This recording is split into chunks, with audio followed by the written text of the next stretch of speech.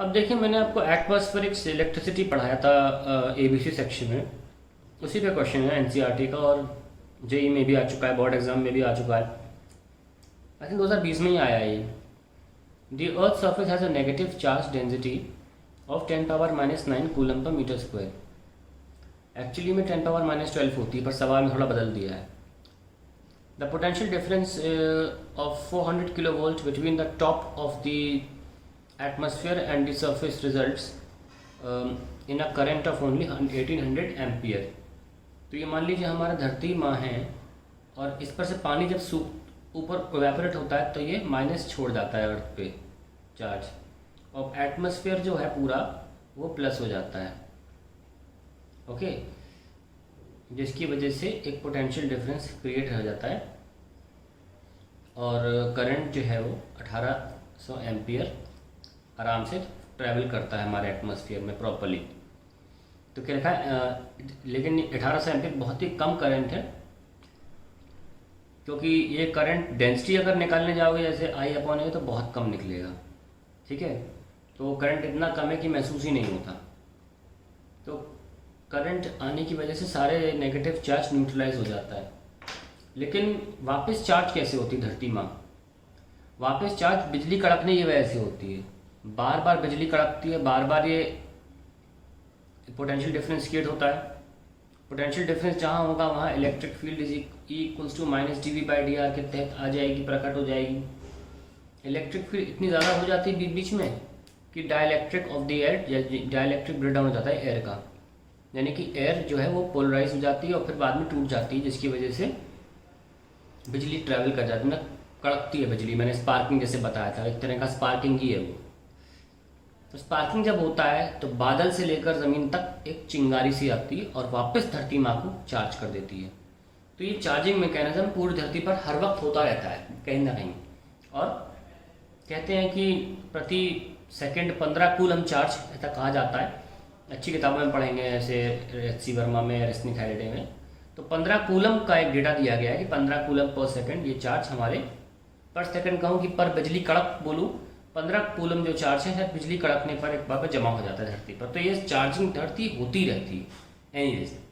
तो कह रहे हैं if there were no mechanism of sustaining atmospheric electric field, तो बिजली कड़कती है। देखो, करंट से तो चार्ज ट्रैवल कर जाता है और न्यूट्रलाइज हो जाता है, लेकिन बिजली का कड़कना जिसे बोलते हैं लाइटनिंग, वो इस बात का रोल प्ले करती है, वो इस बात का गारंटी देती है कि नहीं, मैं चार्ज रखूँगी धरती को। चार्ज रखूँगी तो भाई इलेक्ट्रिक फील्ड भी आ जाएगी दोबारा, तो दोबारा इलेक्ट्रिक फील्ड धरती और एटमॉस्फेयर के बीच में फिर से सस्टेन हो जाती है। किसकी वजह से? बिजली के कड़कने की वजह से।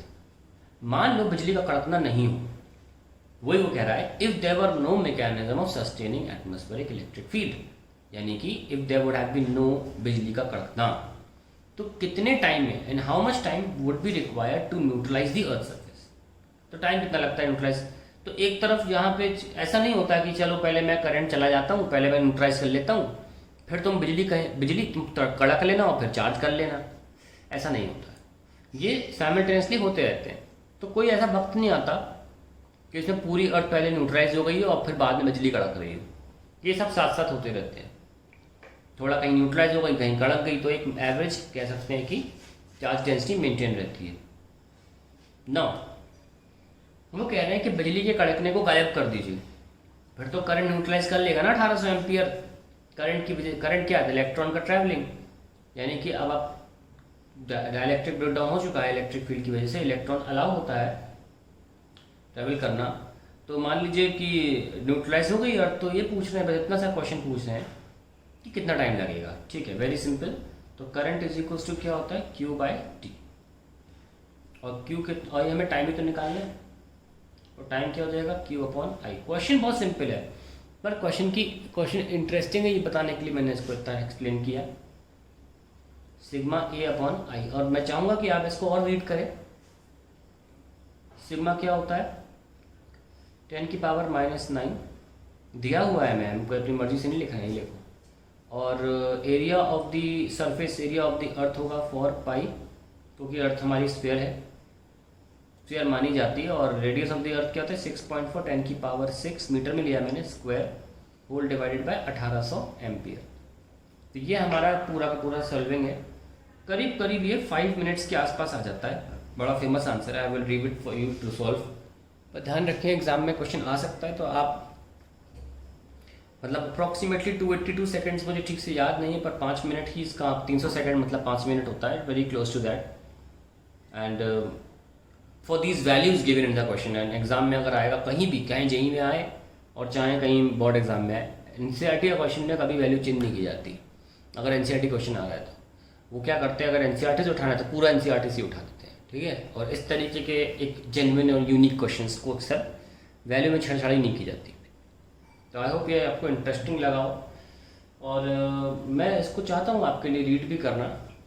मैं देखता हूँ मेरे पास, अगर मेरे पास मटेरियल है नहीं अभी रीड करने के लिए। मैं, आप एबीसी सेक्शन में जाइए और प्लीज़ एटमॉस्फेरिक इलेक्ट्रिसिटी को पढ़िए, आपको बहुत अच्छा लगेगा। ये टॉपिक बहुत इंटरेस्टिंग है।